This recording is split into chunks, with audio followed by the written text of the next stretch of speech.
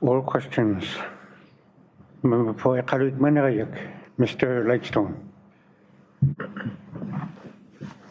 Thank you, Mr. Speaker. My questions today are for the Minister of Human Resources. As I noted in my member statement yesterday, I believe that our government must be more employee-oriented in order to address our staggering vacancy rate and enhance the quality of services provided to Nunavut. Prior to the pandemic, Government of Nunavut employees worked almost exclusively from government worksites. The early stages of the pandemic saw a shift with many Government of Nunavut employees required to work remotely. This has proven that certain jobs in Nunavut can be done remotely, and government employees have the capability to work remotely. Mr. Speaker, unfortunately, the Government of Nunavut has stalled and even digressed in this area. Nunavut is the only jurisdiction in Canada which does not have a formal remote work policy in practice and is requiring all employees to work from a designated government office. Mr. Speaker, the world of work is not going back to the way it was in 2019, and neither should the Government of Nunavut. The era of remote work and hybrid work is here, and the government must allow for it or risk losing more employees. Yesterday, the Minister of Human Resources spoke to a flexible workplace policy that would allow employees to work anywhere in Nunavut as long as they work from a GN office. Requiring employees to be in an office shows a controlled base approach and is not consistent with the employer of choice mentality. I'd like to ask the Minister to explain the rationale for prioritizing flexible workplace policy which requires employees to work in a designated government workplace. Thank you, Mr. Speaker. Honourable Minister of Human Resources, Ms. Nakashuk. Thank you, Mr. Speaker, and thank you for your question. Like I had stated with the flexible workplace policy that's coming out fairly soon, and it's something very new to the government. I do understand the issues that some people are saying they have to work in a GN office.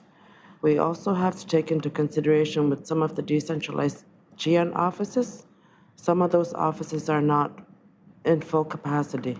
So we have to take that into consideration. And also when we talk about remote work policy, that's another thing we have to take in thinking of how decentralized offices are functioning as well. We also have to think about how employees are working in capacity in terms of their performances. How well are they working outside of the office?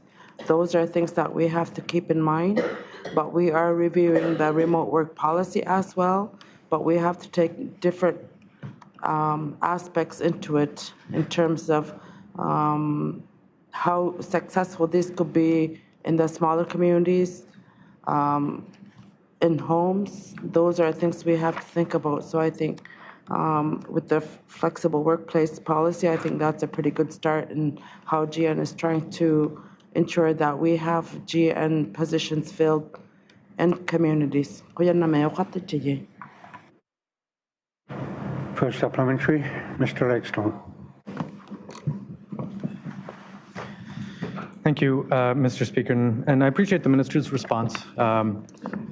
The proposed remote work, flexible work policy is a starting point, but I hope that we will soon see in rapid succession more comprehensive remote work policies being made available.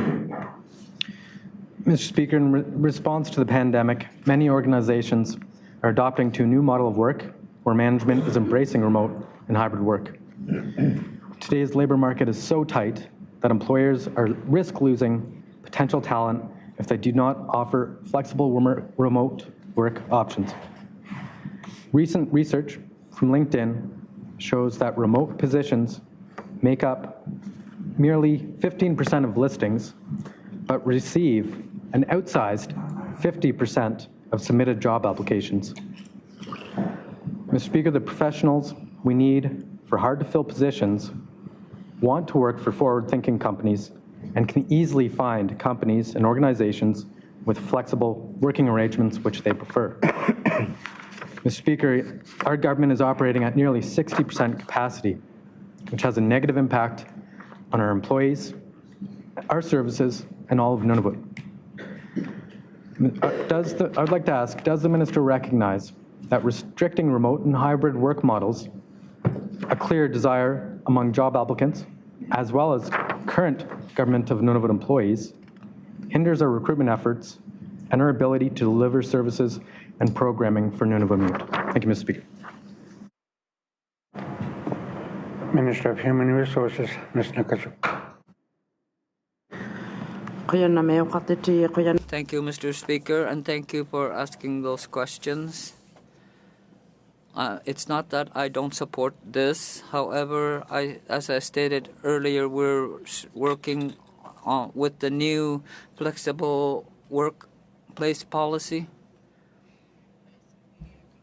We have to keep this in mind as well. As you stated earlier, jobs that cannot be filled or hard to fill positions. Area where we have difficulty filling positions, but we also have to take into consideration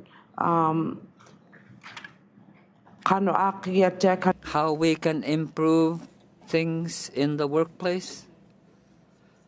And to also talk about this, as a government, we have to think about, like I stated, the decentralization. We have to consider that, and also Article 23 will have to be considered. We have to make sure that we're following it as a government. If we all sorts of other ideas, it's good, but then we have a capacity problem, and we have to take that into consideration as well. Thank you, Mr. Speaker. Second and final supplementary, Mr. Lightstone. Thank you, Mr. Speaker. And again, I do appreciate the minister's response. But again, I would like to emphasize the seriousness of our government's capacity situation. I understand that the number of filled positions will fluctuate from year to year. But for the first time ever, the Government of Nunavut is seeing a situation where we are seeing 3 consecutive years where the government's filled positions have actually declined. Mr. Speaker, over the span of the 3 years, our capacity has reduced by nearly 10%. And for the first time ever, we have a department operating at below 50% capacity. Half of the positions in the department are not filled, are vacant. Mr. Speaker, this goes to show that we are losing employees at an alarming rate. And Mr. Speaker, I strongly believe that we need to be more employee-oriented, and that's what other governments and in the provinces and territories are doing, including the federal government. They are embracing the new work model and have opted for a hybrid work model. So I'd like to ask the minister, can the minister confirm whether or not the Government of Nunavut supports the principle of adopting a hybrid model of work in the territorial public service where employees would be permitted to work from home for part of the work week? Thank you, Mr. Speaker. Minister of Human Resources, Ms. Nakasuk. Thank you, Mr. Speaker, and thank you for explaining those. The number of losses we have in terms of losing a lot of employees. I think we also have to take into consideration the number of employees that are going because of retirement. Those are one of the major things that we have to think about in terms of how do we fill them. Another thing I had mentioned is our capacity. Within HR, we are having a capacity issues within our own department, and we are trying to find different ways to try and fill positions within our department as well as other departments within the government. But also, like I had mentioned, in order to think about how do I support this hybrid work outside of GN, that's something I can't answer at this time because we are still trying to see how this flexible workplace is going to work. We can't rush things too quickly. We have to take into consideration about what we're facing right now. As I had mentioned, we have positions that have not been filled for many years. So we have to concentrate on what we can fill at this time, and we can take other ideas and great ideas, definitely, but at this time we can't do that. All questions.